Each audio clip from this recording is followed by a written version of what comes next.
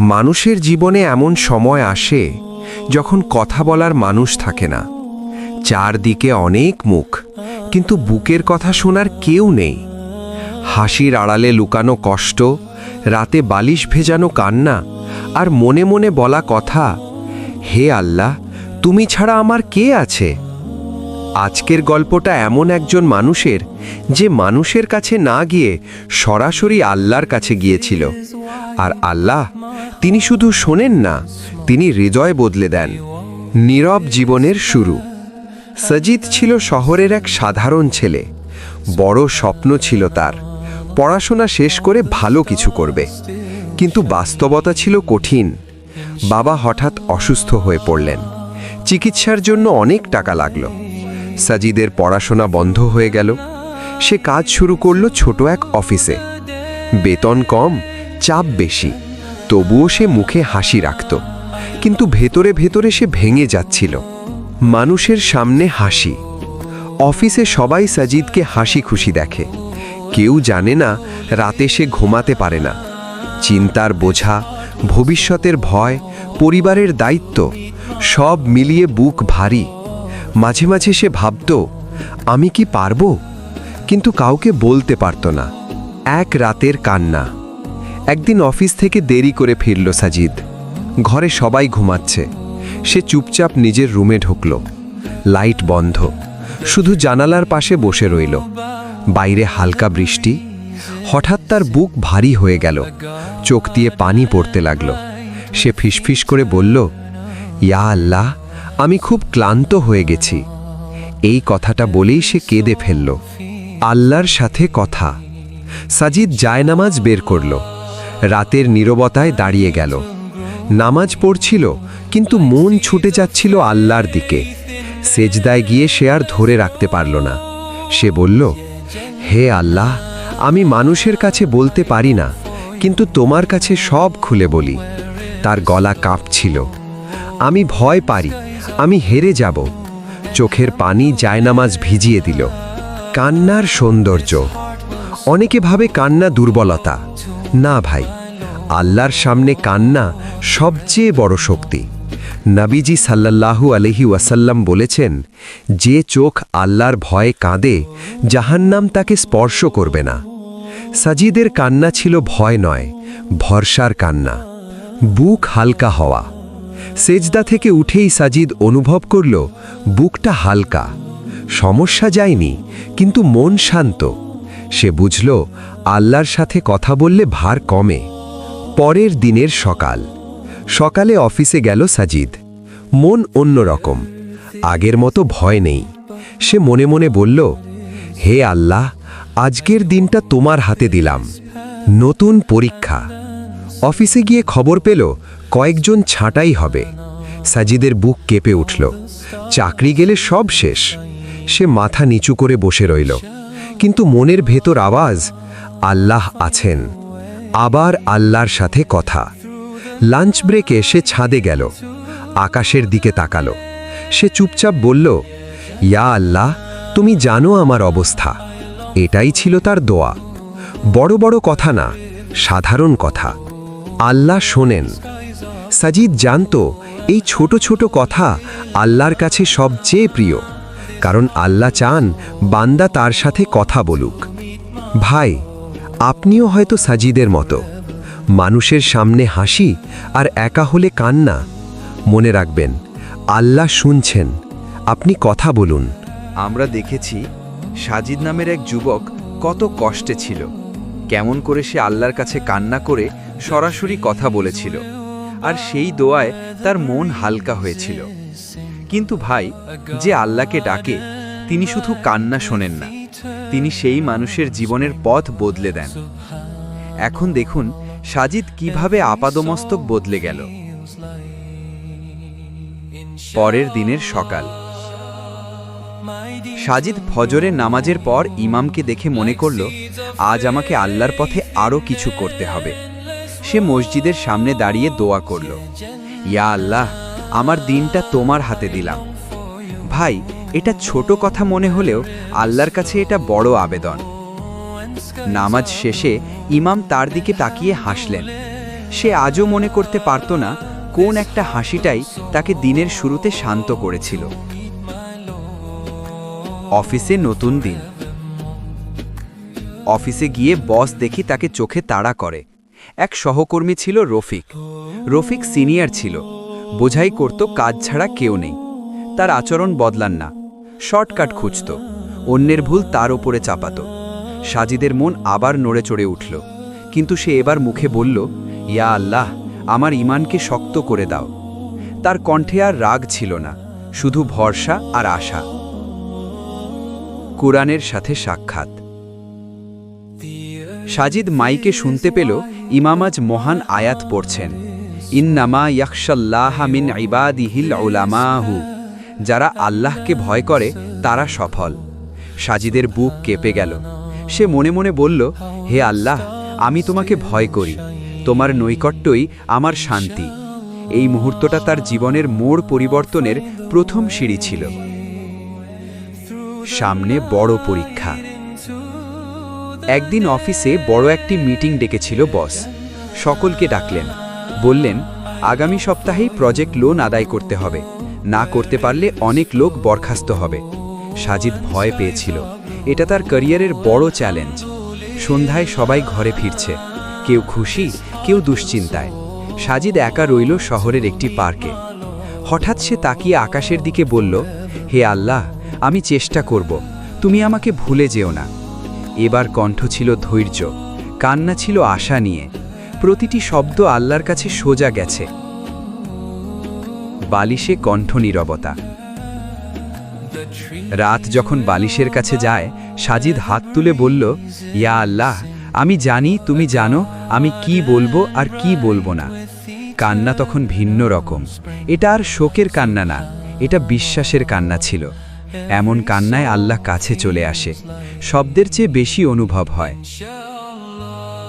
মেঘের মাঝেও আলো। পরের দিন সকালে অফিসে আবার সবাই জড়ো হলো। সালিশি বোর্ড বসেছে। বস বললেন, আমাদের একটা গুরুত্বপূর্ণ সিদ্ধান্ত আছে। সাজিদ চিন্তা করল, আজ কি তার পরীক্ষা? তারপর বস বললেন, এই প্রজেক্টের লিড আমরা দেব সালমানকে। সকল অবাক, কেউ ক্ল্যাপ দিল। সাজিদ নিজেও অবাক, হৃদয়টা ভারী আনন্দে ভরল। আনন্দের হাসি। সাজিদ মসজিদে গেল। সেজদায় গিয়ে মাথা ঠেকিয়ে বলল, ইয়া আল্লাহ, তুমি আমাকে শুধু জয় দাওনি, আমাকে ভরসা শিখিয়েছ। এবার চোখে ছিল কৃতজ্ঞতার পানি, যা আর শোক নয়, অথচ গভীর অনুভব। আল্লাহর সাথে বন্ধুত্ব। এই গল্পের সবচেয়ে বড় শিক্ষা, আল্লাহ শুধু শোনেন না, তিনি উত্তরও দেন। তাই কখনো বিরক্ত হবেন না। আপনি যতই দুর্বল মনে থাকুন, আল্লাহ আপনার সাথে থাকেন। সাজিদ যা শিখল, আল্লাহর সাথে কথা বলা ভয় নয়, কান্না শূন্যে নয়, ইমোশন আল্লাহর কাছে পৌঁছায়। আবার নামাজ। প্রজেক্টে সফল হয়ে সাজিদ রাতে তার মায়ের কাছে গেল। মা বললেন, বাবা, আমি তোমার চোখে শান্তি দেখছি। সাজিদ তখন বুঝল, শান্তি সব পয়সা সম্মানের চাইতে মূল্যবান। ইমোশনাল দোয়া। সাজিদ আজ অভিজ্ঞ। নিজের বুক খুলে আল্লাহর কাছে বলল, হে আল্লাহ, আমার কথার ইমোশন শোনো, আমার কান্নার ভরসা পড়ো, আমার দোয়া গ্রহণ করো। এটা সাধারণ একটি দোয়া না, এটা বিশ্বাসের একটি উচ্চারণ।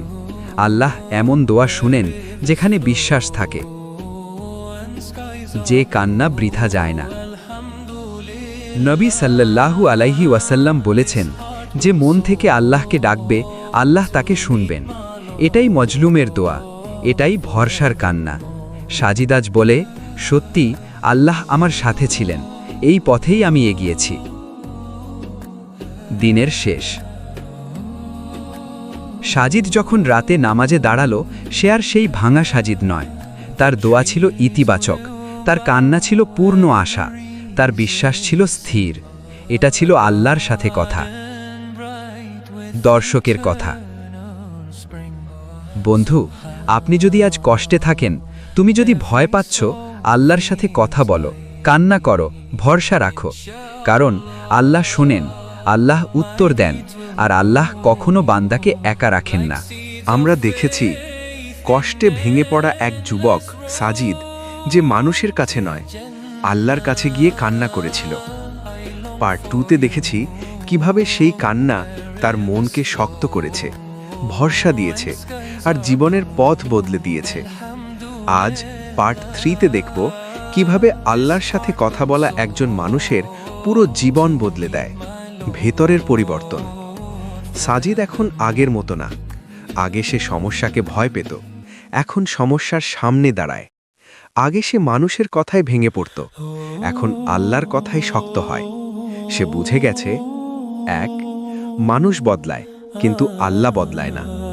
এই বিশ্বাসটাই তার জীবনের সবচেয়ে বড় শক্তি হয়ে উঠল। ফজরের পথে নতুন সাজিদ। এক ভোরে সাজিদ ফজরের আজানে ঘুম ভাঙল।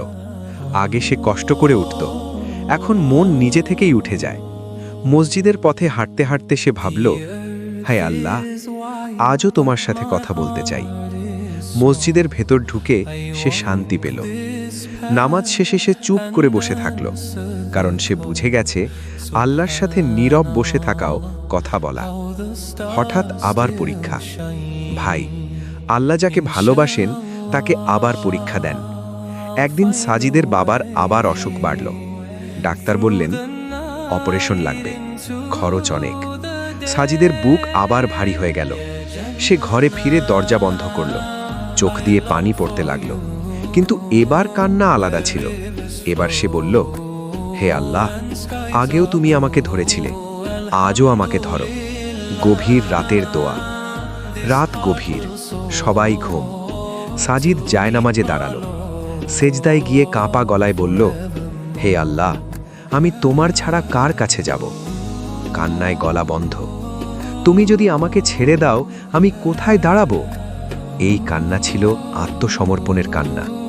আল্লাহ এমন কান্না খুব ভালোবাসেন। মায়ের চোখের পানি। পরদিন সকালে মা চুপচাপ বসেছিলেন, চোখ লাল। সাজিদ জিজ্ঞেস করল, মা, কি হয়েছে? মা বললেন, বাবা, আমি সারা রাত আল্লাহর কাছে কেঁদেছি।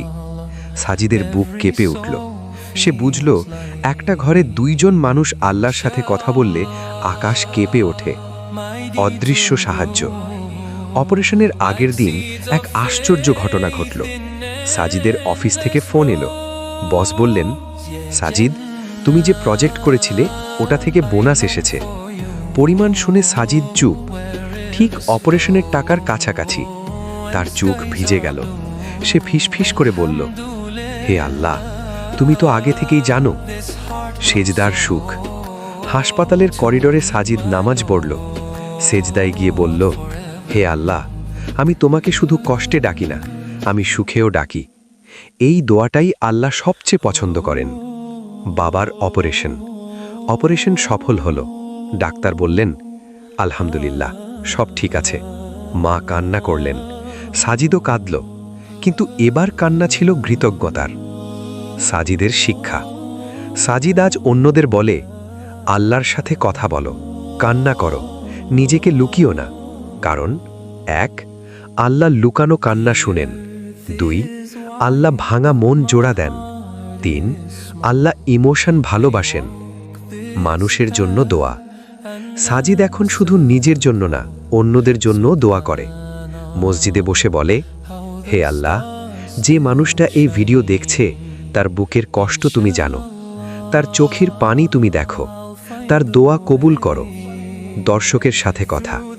ভাই, বোন, আপনি হয়তো এখন কাঁদছেন, হয়তো রাতে বালিশ ভেজান, হয়তো কাউকে বলতে পারেন না, কিন্তু মনে রাখবেন, আল্লাহ শুনছেন।